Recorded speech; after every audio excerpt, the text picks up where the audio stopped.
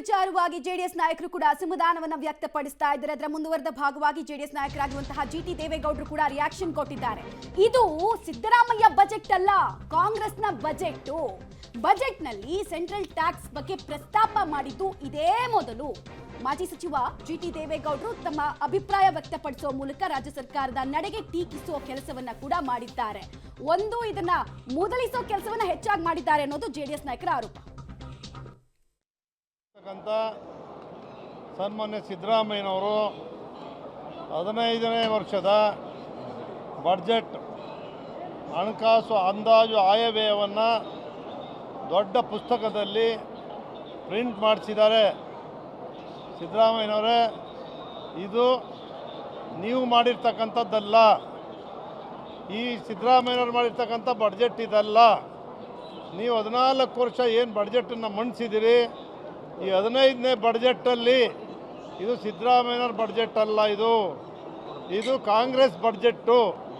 ಇವತ್ತು ನೀವು ಈ ರೀತಿ ಬಡ್ಜೆಟನ್ನು ಮಂಡಿಸಿ ನಿಮ್ಮ ವೈಫಲ್ಯತೆಯನ್ನು ಇವತ್ತು ತೋರಿಸ್ತಕ್ಕಂಥ ಕೆಲಸವನ್ನು ಮಾಡಿದಿರಿ. ಈ ಕರ್ನಾಟಕ ರಾಜ್ಯದ ಆಯವ್ಯಯ ಪುಸ್ತಕದಲ್ಲಿ ಭಾರತ ದೇಶದ ಎಕ್ಸ್ಪೆಂಡಿಚರ್ನ ನೀವು ಮುದ್ರಿಸಿದಿರಲ್ಲ. ಯಾವತ್ತಾದರೂ ಯಾರಾದರೂ ಕೂಡ ಭಾರತ ದೇಶಕ್ಕೆ ಇಷ್ಟು ಟ್ಯಾಕ್ಸ್ ಕೊಡಬೇಕು, ವಾಪಸ್ ಕೊಡಬೇಕು, ಭಾರತ ದೇಶಕ್ಕೆ ಕೊಡಬೇಕು 7 ಲಕ್ಷ ಕೋಟಿ ಅನ್ನೋದನ್ನು ನೀವು ಎತ್ತಿ ಹಿಡಿತಕ್ಕಂಥ ಕೆಲಸವನ್ನು ಮಾಡಿದ್ದೀರಲ್ಲ. ಇದು ಯಾವ ಉದ್ದೇಶ ಅಂತ ಹೇಳಬೇಕು ಗೊತ್ತಾಗ್ತಾ ಇಲ್ಲ. ಇದು ಅವ್ರು ಕೊಟ್ಟಿರ್ತಕ್ಕಂಥದ್ದನ್ನು ಕೂಡ ಹಣಕಾಸು ಆಯೋಗ ಏನು ಕೊಟ್ಟಿದ್ದಾರೆ, ನಮ್ಮ ವಿರೋಧ ಪಕ್ಷದ ನಾಯಕರು ಮಾತಾಡಿದ್ದಾರೆ.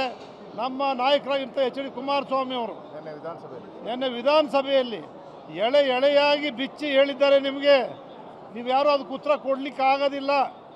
ಕರೆಕ್ಟಾದ ಉತ್ತರ ಕೊಡಿ, ಚರ್ಚೆಗೆ ಬನ್ನಿ ಅಂತಲೂ ಕೂಡ ನಮ್ಮ ನಾಯಕರು ಅವರು ಕೂಡ ಕರೆದಿದ್ದಾರೆ. ನಾನು ನಿಮ್ಗೆ ಕೇಳಲಿಕ್ಕೆ ಬಯಸ್ತೇನೆ, ಕೃಷಿಕರನ್ನು ಏನು ಮಾಡಿದ್ದೀರಿ? ನೀವು ಇದುವರೆಗೂ ಕೂಡ ಬರಗಾಲದಲ್ಲಿ 2,000 ಕೂಡ ಕೊಟ್ಟಿಲ್ಲ.